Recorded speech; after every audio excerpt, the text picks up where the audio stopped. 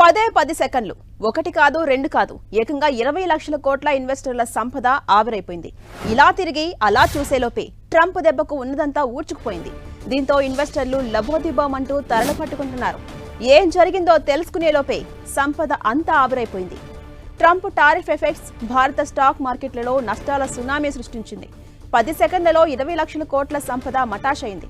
ఉదయం నుంచే అన్ని సూచీలు భారీ పతనంతో రక్తమోడుతున్నాయి. దీంతో 20 లక్షల కోట్ల సంపద గాల్లో కలిసిపోయింది.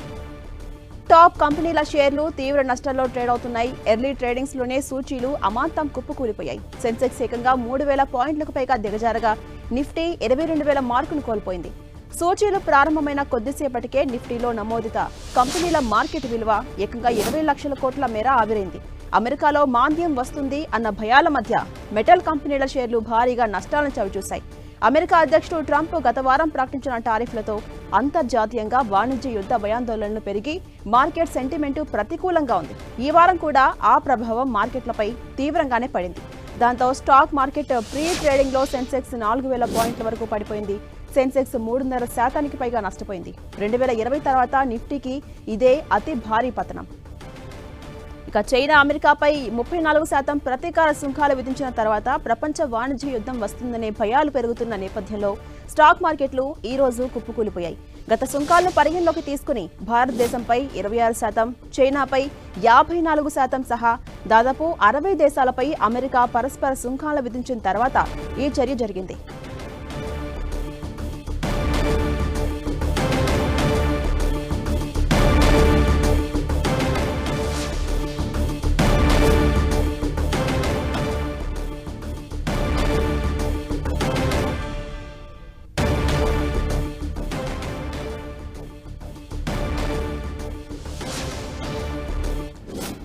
పదే సెకండ్లు ఒక్కటి కాదు రెండు కాదు ఏకంగా 20 లక్షల కోట్ల ఇన్వెస్టర్ల సంపద ఒక్కసారిగా ఆవిరైపోయింది. ఇలా తిరిగి అలా చూసేలోపే ట్రంప్ దెబ్బకు ఉన్నదంతా ఊడ్చుకుపోయింది. దీంతో ఇన్వెస్టర్స్ అంతా లబోదిబోమంటూ తలలు పట్టుకుంటున్నారు. ఏం జరిగిందో తెలుసుకునే లోపే సంపద అంతా ఆవిరైపోయింది. ట్రంప్ టారిఫ్ ఎఫెక్ట్ భారత స్టాక్ మార్కెట్లలో నష్టాల సునామీని సృష్టించింది. 10 సెకండ్లలో 20 లక్షల కోట్ల సంపద మటాష్ అయిపోయింది. ఉదయం నుంచే అన్ని సూచీలు భారీ పతనంతో రక్తమోడుతున్నాయి. దీంతో 20 లక్షల కోట్ల సంపద ఒక్కసారిగా గాల్లో కలిసిపోయింది. టాప్ కంపెనీల షేర్లు తీవ్ర నష్టాల్లో ట్రేడ్ అవుతున్నాయి. ఎర్లీ ట్రేడింగ్స్ లోనే సూచీలు అమాంతం కుప్పకూలాయి. సెన్సెక్స్ ఏకంగా 3,000 పాయింట్లకు పైగా దిగజారగా నిఫ్టీ 22,000 మార్కును కోల్పోయింది.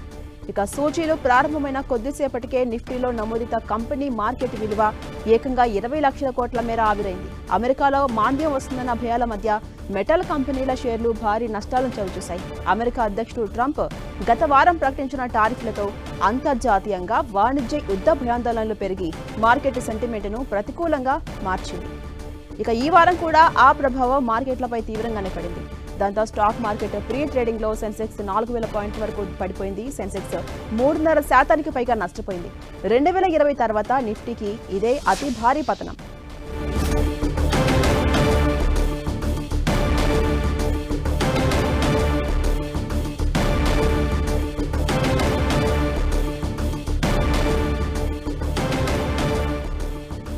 రైట్, మనం ఇప్పటికే చూసాం చైనా అమెరికాపై ప్రతీకార సుంకాలకు కూడా దిగింది. ఇప్పటికే 34% ప్రతీకార సుంకాలు విధిస్తూ ప్రకటించిన తర్వాత ప్రపంచ వాణిజ్య యుద్ధం వస్తుందనే భయాందోళనలు పెరుగుతున్న నేపథ్యంలో స్టాక్ మార్కెట్లు ఒక్కసారిగా కుప్పకూలిపోయాయి. 20 లక్షల కోట్ల సంపద ఒక్కసారిగా ఆవిరైపోయింది. గత సుంకాలు పరిగణలోకి తీసుకుని భారతదేశంపై 26%, చైనాపై 54% సహా దాదాపు 60 దేశాలపై అమెరికా పరస్పర సుంకాలు విధించిన తర్వాత ఈ చర్య జరిగిన నేపథ్యంలో మనం చూస్తున్నాం నష్టాల్లో ట్రేడ్ అవుతున్నాయి టాప్ కంపెనీలు.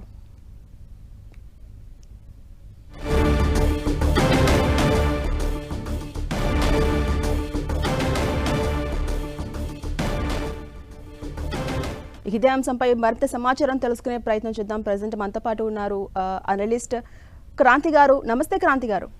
నమస్తే అండి. క్రాంతి గారు, చెప్పండి, మార్కెట్లు డౌన్ ట్రెండ్ కు ప్రధాన కారణాలు ఏమై ఉండొచ్చు? మీ విశ్లేషణ ఏంటి? ఇదేంటంటే గ్లోబల్ రాట్ అంటారు. అంటే త్రూఅవుట్ ద వరల్డ్ అన్ని స్టాక్ మార్కెట్స్ అన్ని ఈ రోజు మార్నింగ్ డౌన్ అవటం మనం చూస్తున్నాం. ఎస్పెషల్లీ కనుక చూసినట్లయితే చైనా మరియు జపాన్ మార్కెట్ కనుక చూస్తే కనుక ఈ రోజు సర్క్యూట్ బ్రేకర్స్ అంటే అక్కడ ట్రేడింగ్ హాల్ట్ కూడా ఈ రోజు ఎర్లీ మార్నింగ్ చేయడం జరిగింది అన్నమాట. అంటే గ్లోబల్ సెంటిమెంట్ ఈక్విటీ మార్కెట్స్ పరంగా చూసినట్లయితే కంప్లీట్ నెగిటివ్ సెంటిమెంట్ ఉంది.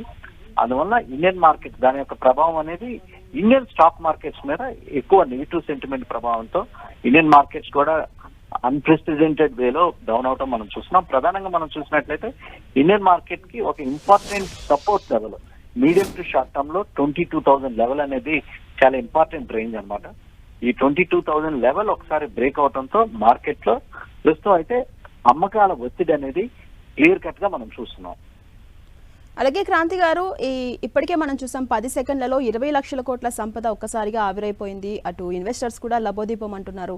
ఈ రాబోయే రోజుల్లో మార్కెట్ ట్రెండ్ అనేది ఎలా ఉండొచ్చు? దీనికి ఏమైనా బ్రేక్ పడుతుందా? ఎంతవరకు కొనసాగొచ్చు?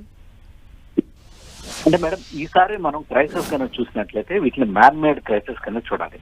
మనం కోవిడ్ టైంలో స్టాక్ మార్కెట్స్ డౌన్ అయినప్పుడు ఇట్ ఇస్ అ పాండమిక్ అన్నమాట. బట్ ఈసారి ఎవరైతే పాలసీ అడ్మినిస్ట్రేటర్స్ అమెరికాలో ఉన్నటువంటి ట్రంప్ అడ్మినిస్ట్రేషన్ చేసినటువంటి ఈ వాటి మిస్టేక్స్ అనొచ్చు, వాళ్ళు తీసుకున్నటువంటి అగ్రెసివ్ స్టెప్స్ మూలాన ఒక యూనిలేటరల్ అంటే ఒకే విధంగా వేరే అదర్ కంట్రీస్ ని కన్సిడరేషన్ చేసుకోకుండా ఓవర్ నైట్ వాళ్ళ పాలసీ ట్రేడ్ పాలసీస్ లో చేంజెస్ తీసుకురావడం జరిగింది. దానివల్ల ఇప్పుడు గ్లోబల్ ట్రేడ్ అంతా చాలా అన్సర్టనిటీ అనేది నెలకొని ఉంది.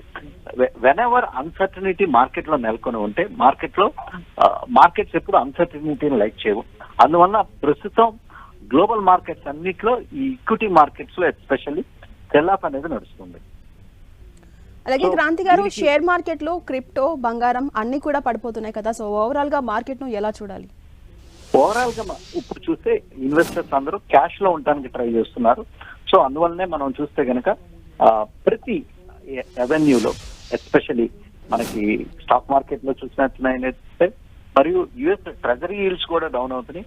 సో ఫిక్స్డ్ ఇన్కమ్ లో కూడా ఇన్వెస్టర్స్ కొంచెం క్యాష్ అవుట్ చేసుకోవడానికి ట్రై చేస్తున్నారు. లాస్ట్ 2 days కనుక చూసినట్లయితే బాగా స్ట్రాంగ్ గా పెరిగినటువంటి గోల్డ్ లో కూడా ప్రాఫిట్ బుకింగ్ అనేది నడుస్తుంది. క్రిప్టోని మనం ఇన్వెస్ట్మెంట్ పరంగా చూడకూడదు, అదొక స్పెక్యులేటివ్ టూల్ కిందనే ఇంకా చూడాలి. అలాగే క్రాంతి గారు, ఇప్పటికే చాలా మంది ఇన్వెస్ట్ చేసి నష్టపోయిన వారు ఉన్నారు. అలాగే ఇప్పుడు ఇన్వెస్ట్ చేద్దాం అనుకునే వాళ్ళు కూడా ఉంటారు కదా, వాళ్ళందరికీ మీరు ఇచ్చే సజెషన్స్ ఏంటి? ప్రస్తుతానికైతే మన ఇండియన్ బిజినెసెస్ కానీ ఇండియన్ ఎకానమీ కానీ చూసినట్లయితే ఈ టారిఫ్ యొక్క ఇంపాక్ట్ అనేది స్టాక్ మార్కెట్స్ మీద ఎక్కువ పడినప్పటికీ but actual businesses suppose for example business houses కానీ బిజినెస్ మేనేజ్మెంట్స్ కానీ ఎక్స్పోర్టర్ కానీ చూసినట్లయితే బై అండ్ లార్జ్ ఇండియా ఏంటంటే it's a domestic consumption driven economy అన్నమాట. బట్ కొంతవరకు ఈ గ్లోబల్ అన్సర్టనిటీ ప్రభావం అనేది ఇండియన్ మార్కెట్స్ మీద కూడా ఉంటుంది. బై అండ్ లార్జ్ మన ఇండియన్ మార్కెట్స్ మీద ఈ టారిఫ్ వార్ కానీ గ్లోబల్ నెగిటివ్ సెంటిమెంట్ యొక్క ప్రభావం అనేది రిలేటివ్లీ తక్కువ ఉండడానికి అవకాశం ఉంది ప్రస్తుతానికైతే.